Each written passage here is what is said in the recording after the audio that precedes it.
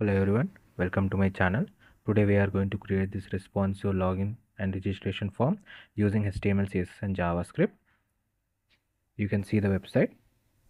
So you can see the border effect as we try to enter the data, email and password. The password is invisible, and when you click on the I button you can see the password is visible.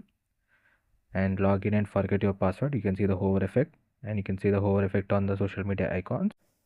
And you click on the button to move to the registration button.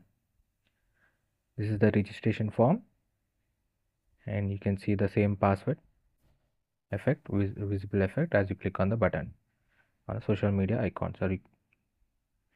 Then if you don't mention the date, it will show an error in the email section. This is type function. Here, by clicking on create account, you can go to the create. By clicking on login, you can come back to the login form. This website is responsive. It is also available in the mobile version. You can see the mobile version, and you click on the login button. You go to create button to login. Entire website is responsive. The source code is available in the description.